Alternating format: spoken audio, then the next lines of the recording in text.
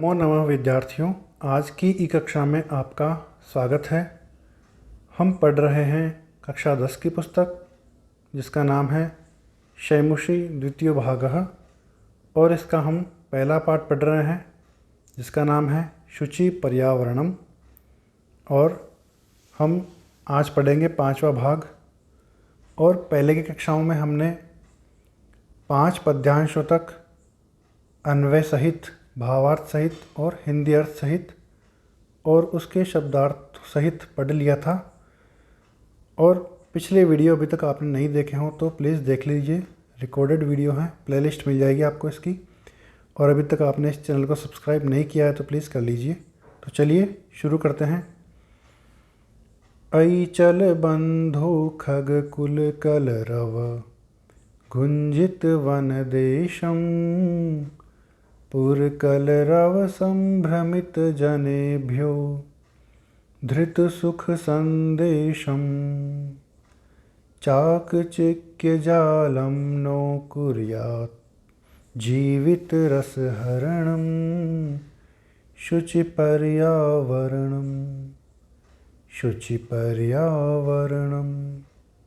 इसका अन्वय है अयि बंधो खग कुल कलरव गुंजित वन देशम चल पुरकलरव संभ्रमित जनेभ्यः धृत सुख संदेशम चाकचिक्य जालम जीवित रसहरणम नो कुर्यात्।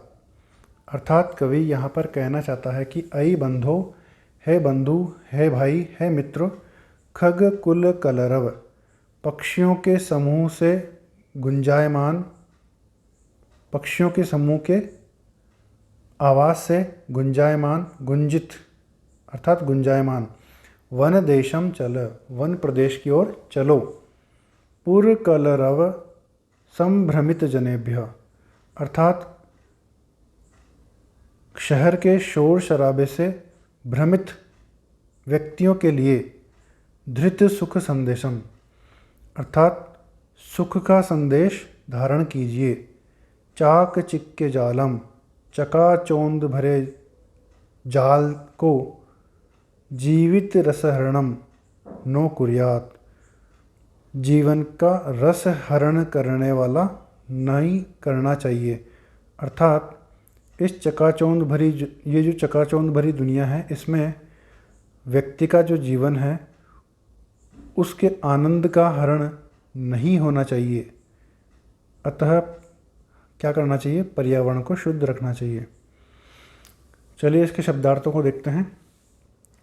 चल गच्छ अर्थात चलो, खग कुल कलरव पक्षी समूह ध्वनि ही अर्थात पक्षियों के समूह की ध्वनि, गुंजित वन देशम गुंजायमान स्थानम अर्थात गुंजायमान वन का स्थान, पुरकलरव नगर ध्वनि ही नगरवासियों की ध्वनि, संभ्रमित जनेभ्यः लक्ष्य भ्रष्ट जनेभ्यः अर्थात लक्ष्य से भटके हुए लोगों को या लोगों के लिए, धृत सुख संदेशम धारय सुख संदेशम सुख का संदेश धारण किया हुआ, चाकचिक्य जालम कृत्रिम प्रभावपूर्ण जगत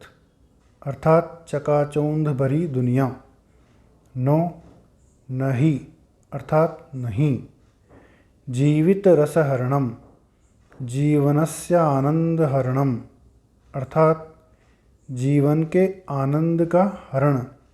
इसका भावार्थ है कवि ही कथयति यत् हे बांधवाः यत्र पक्षी समूहानां कलरवेण गुंजायमानः वनप्रदेशः अस्ति तत्र भवन्तः चलन्तु। यः वनप्रदेशः नगरस्य कलरवेण संभ्रान्तजनानां कृते सुखसन्देशं धृत्वा स्थितवान् अस्ति तत्र भवन्तः चलन्तु। एतत् चाकचिक्यजालं जीवनरसस्य अपहरणं कुर्यात् तस्मात् प्राक् एव स्वच्छं वातावरणं प्रति भवन्तः चलन्तु स्वच्छ पर्यावरणस्य निर्माणं करणीयम्। अर्थात कवि कथयति, कवि कहते हैं यत् कि हे बांधवाः, हे मित्रों, हे बांधवों, हे बंधुओं, यत्र जहाँ पर पक्षी समूहानाम पक्षियों के समूह का कलरवेण आवाज़ से या उनकी ध्वनि से, उनकी चहचहाट से गुंजायमान है, गुंजित गुंजायमान वन प्रदेश जंगल का स्थान अस्ति है तत्र भवन्तः चलन्तु, वहाँ पर आप चलो। यह वन प्रदेश, जो वन प्रदेश नगरस्य कलरवेण, नगर के आवाज़ों से अर्थात नगरीय प्रदूषण से, ध्वनि प्रदूषण से, संभ्रांत जनानाम, जो भ्रमित हो गए हैं लोग, नगर के ध्वनि प्रदूषण से जो लोग भ्रमित हो गए हैं उनके लिए, कृते यानी लिए, सुख संदेशम धृत्वा स्थितवान अस्ति, जो सुख का संदेश लिए हुए बैठा हुआ है, तत्र भवन्तः चलन्तु, वहाँ पर आप चलिए। एतत् चाकचिक्य जालम, यह चकाचौंध भरा जाल, जीवन रसस्य अपहरणम कुर्यात्, जीवन के रस का अर्थात जीवन के आनंद का अपहरण यानी अपनी ओर आकर्षित या खींचना कर ले, तस्मात् प्राक, उससे पहले, एव ही स्वच्छं वातावरणं प्रति भवन्तः चलन्तु, स्वच्छ वातावरण की ओर आप चलिए। स्वच्छ पर्यावरणस्य निर्माणं करणीयम्, स्वच्छ वातावरण का निर्माण करना चाहिए। कवि यहाँ पर कहता है कि जो नगर का ध्वनि प्रदूषण है उससे परेशान जो व्यक्ति हो गया है, वह व्यक्ति वन प्रदेश की ओर जाए ताकि वहाँ पर उसका जो जीवन का रस है, जीवन का आनंद है, उसका हरण न हो पाए और वहाँ पर जीवन का आनंद बना रहे, क्योंकि नगर के प्रदूषण से व्यक्ति की मानसिकता या मानसिक जो स्थिति है वो बिगड़ चुकी है बिल्कुल। इसलिए हमारा पर्यावरण स्वच्छ रहना चाहिए। तो चलिए इसका हिंदी अर्थ देखते हैं। कवि कहता है कि हे बंधु, पक्षियों के मधुर कलरव या चहचहाहट से गुंजायमान वन की ओर चलो, नगर के कोलाहल से परेशान लोगों के लिए सुख का संदेश धारण करो। यह चकाचौंध भरी दुनिया जीवन के रस का आनंद या रस यानी आनंद का हरण न कर ले या न करे, अतः पर्यावरण शुद्ध रहे। कवि कहना चाहता है कि हे भाइयों, हे बंधुओं, हे मित्रों, पक्षियों की आवाज़ जहाँ पर होती है वहाँ पर चलो और नगर के कोलाहल से या नगर की आवाज़ से जो लोग परेशान हो गए हैं उनके लिए सुख का संदेश धारण करो और इस चकाचौंध भरी दुनिया के द्वारा अपने जीवन का आनंद नष्ट न हो जाए, इसलिए पर्यावरण शुद्ध रहना चाहिए। हमारा पर्यावरण को शुद्ध रखिए। तो चलिए अंतिम श्लोक की ओर, ये जो पाठ है इसका अंतिम श्लोक है। प्रस्तरतले लता तरुगुल्मां नो भवन्तु पिष्टाः, पाषाणी सभ्यता निसर्गे स्यान्न समाविष्टा, मानवाय जीवनं कामये नो जीवन्मरणं शुचिपर्यावरणं शुचिपर्यावरणम्। इसका अन्वय है लता तरु गुल्माः प्रस्तरतले पिष्टाः नो भवन्तु, निसर्गे पाषाणी सभ्यता समाविष्टा न स्यात्, अहं मानवाय जीवनं कामये जीवन मरणं नो कामये।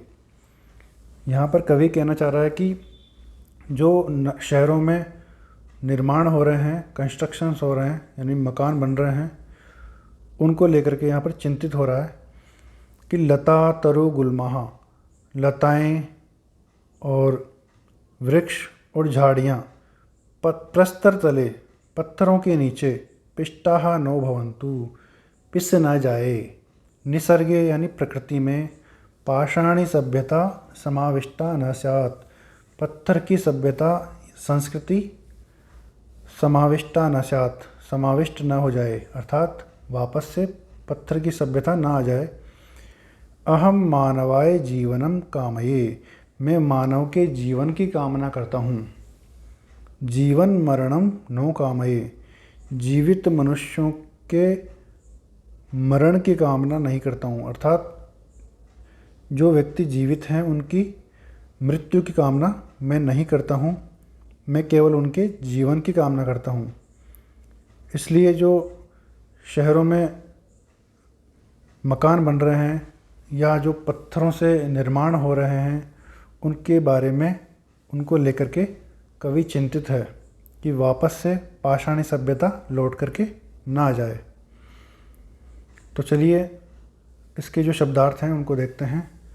प्रस्तर तले, शिला तले, अर्थात पत्थरों के तल पर, लता तरु गुल्माः, लताश्च तरवश्च गुल्माश्च, लता अर्थात लता, वृक्ष और झाड़ी, नो न नहीं, पिष्टाः चूर्णाः अर्थात नष्ट, पाषाणी पर्वतमयी अर्थात पथरीली, सभ्यता संस्कृति ही अर्थात संस्कृति, निसर्गे प्रकृत्याम अर्थात प्रकृति में, समाविष्टा प्रविष्टा अर्थात शामिल, कामये इच्छामि अर्थात चाहता हूँ।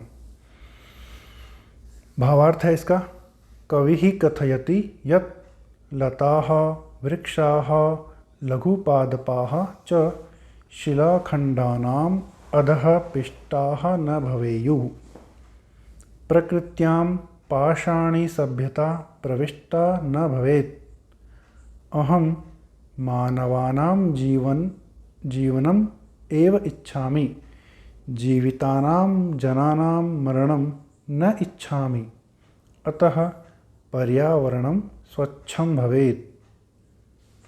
कवि ही कथयति यत्, कवि कहता है कि लताः लताएं, वृक्षाः पेड़, लघुपादपाः च और झाड़ियाँ, शिलाखंडानाम अधः पत्थरों के टुकड़ों के नीचे, पिष्टाः न भवेयुः पिस न जाए, अर्थात जो निर्माण हो रहे हैं, भवन निर्माण हो रहे हैं, उनके नीचे दब न जाए, अर्थात इनकी कटाई न हो पाए, इस बारे में कवि चिंतित है।